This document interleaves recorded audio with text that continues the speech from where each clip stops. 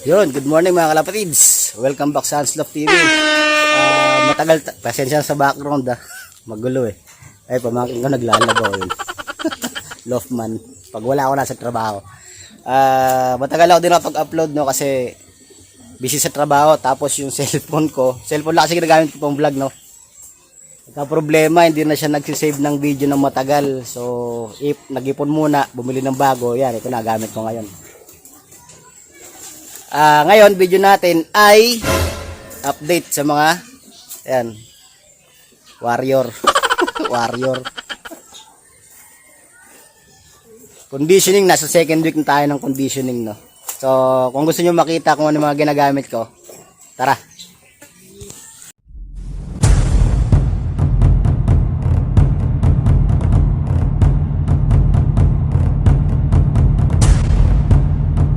Meanwhile, Yun, welcome back mga kalapatids. Sa conditioning no, meron akong sinusundan. So, ayan siya, makikita nyo dyan. Yan yung sinusundan ko sa conditioning ng breeding tsaka sa pliers. So, yun. Hindi ko na nakunan yung yung mga na-order ko. Kasi through online ko lang sila in-order. Hindi ko na videohan kasi nga yung cellphone ko dati may problema. So ngayon papakita ko na lang sila sa inyo lahat. Syempre una Kamurga Raknab. Dito sponsored binili ko na to. Tapos nasa second week na ako ngayon. Ito na gamit ko ngayon yung Doxy Plus naman. Tapos susunod na ako sa Salmostat. Bali, ito meron na rin tayo ng Reload Plus, El Carne, tsaka Power Wings. Meron din tayo ng multivitamins at tsaka calcium. Meron din tayong pang-cancer. Tapos, sa bulutong, meron din tayong pang-bulutong. So, naman, may isa akong young bird na may bulutong, binigyan ko nito. So, okay naman, tumalab naman agad. Isang araw pa lang, para pumutok agad yung bulutong niya. Meron akong ideal pill. So konti lang binili ko kasi di pa kaya ng budget. Baka na lang daw pang anti-stress sa mga kalapate. Yan. So yan yung mga ginagamit ko no. Tapos yung Excellent C Plus yun nila. Yan. Kasama rin to. Conditioning ng breeder tsaka pliers. So, yun yung mga gamot, mga supplement na binibigay ko sa kanila. So, tatabi ko muna itong mga to. Sa pagkain naman, isang klase lang kasi ginagamit ko sa kanila, no? Breeder mix lang. So, sa breeder mix, nagmi-mix na ako. No? Meron akong brewery, pink minerals, Pecotrin, tsaka Atobi. Yan, yung apat na yan. Apat na yan. Tapos, meron ding malunggay powder. So, ang ginagamit ko pang bind dyan ay Tulome probiotics. Yung ginagamit ko. Tapos, mix na sila. Nagmi-mix ako pang 3 araw na nilang pagkain, no? Siyempre, hindi mawala yung grits natin. Grits. Yan. Buo-buo siya, hindi kagaya ng ibang grits na durog, no? So, halos parang di na makain ng mga ibon. Ito, medyo buo. Kaya, susunod na lang din, bibili ko pag naubos to. Babad sila sa grits. Siyempre, pag may flyers tayo, hindi natin kailangan babarin sa grits yun kasi baka mahirapan naman sila. Kasi alam mo bang pabilis ng tunaw ng pagkain nila to. So ayun, papakita ko naman sa inyo yung mga kinukondisyon yung gagawin kong breeder. Bali ang kinukondisyon ko lang na breeder is 2 lang magtatay. Yun yung pagpaparising ko, yun yung papararamihin ko yung anak. Yung iba mga flyers na lang naman yun. So mamaya ulit guys.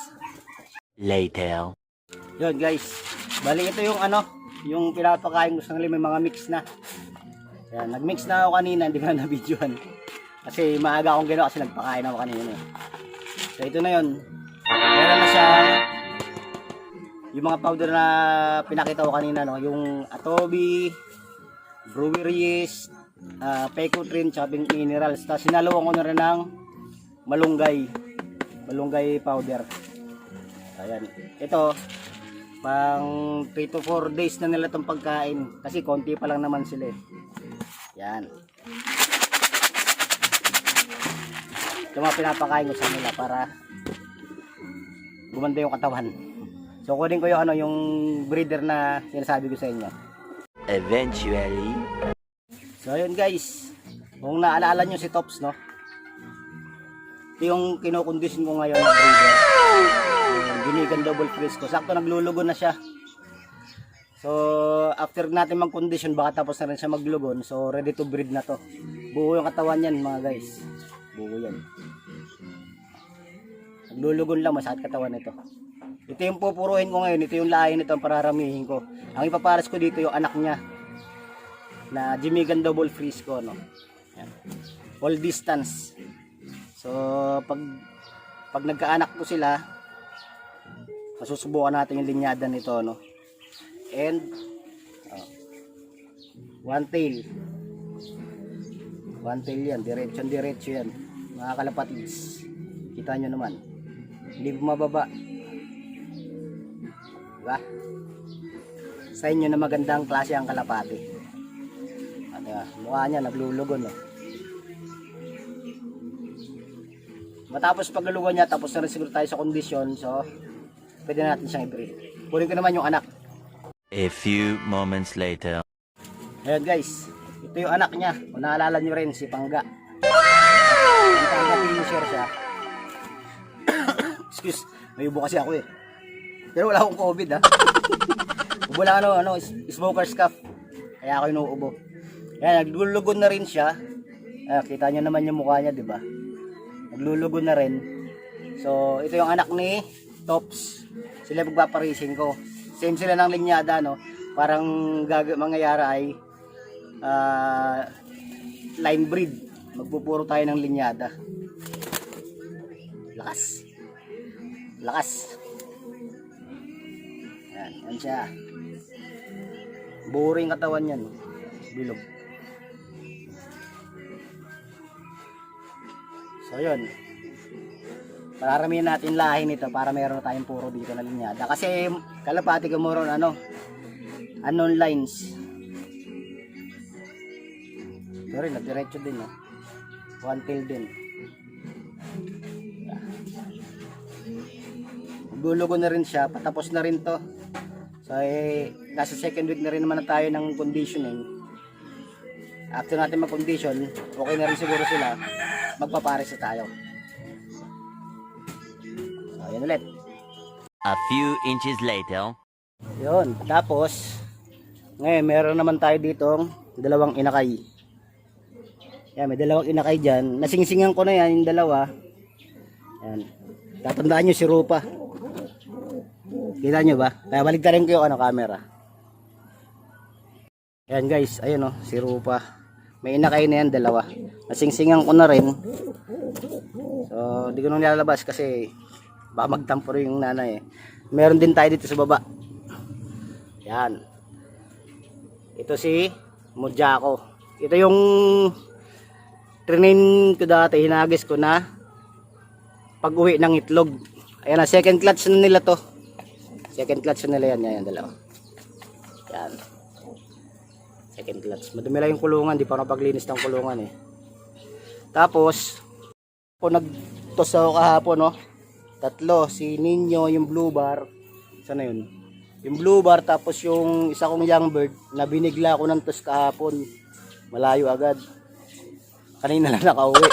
Ngayon, yung isa kong Grisel, yung asawa nito ni Mojako, yan, yung nasa baba. Hindi pa umuwi. Gala kasi talaga yun.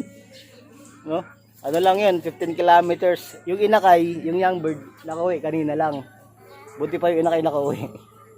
Yung matanda na, yun yung hindi pa nakabalik. Kasi bago ko tinos yung mga yun, sinubukan ko muna silang ideal pills, no? So siguro, pumutok yung tama nung ideal pills dun sa kay Kiyaw Kiyaw. Naggala, naglipad nung naglipad. Kung nahuli man yun, wala tayong magagawa. Ganun talaga kasama sa pagkakalapate yun. Ngayon kung hindi, mahirapan naman siguro sila mahuli yun kasi mailap yun eh. So ito yung mga gagawin nating warrior.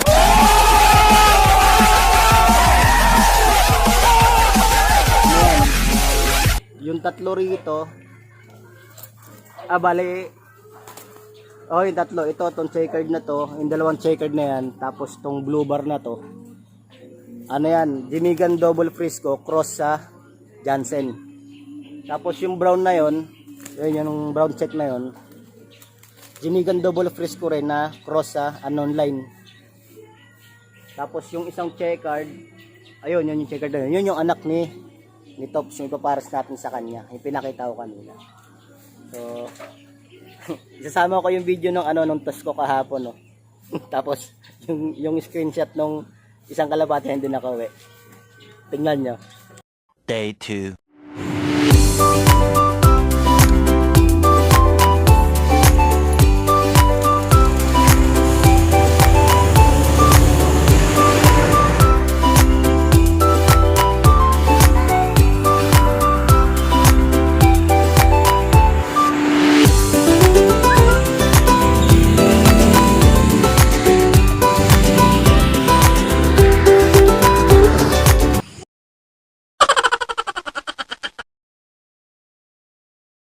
Thousand years later. Ay, pamangkin ko nagutom.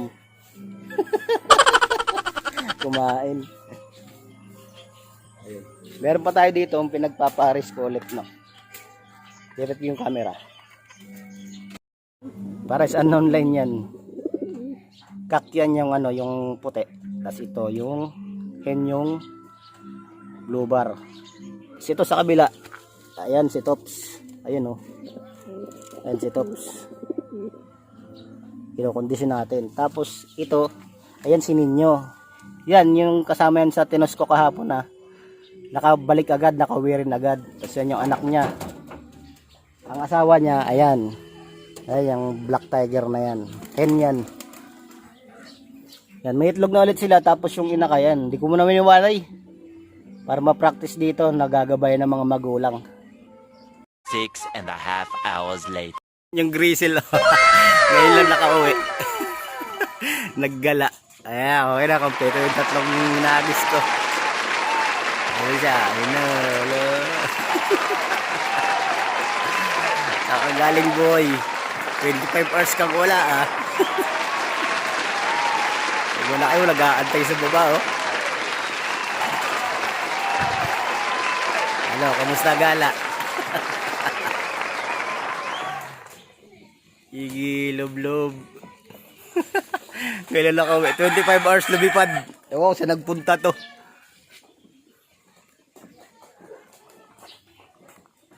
Oh, gutom. Hindi ka kasi umuwi. Gutom ka ngayon.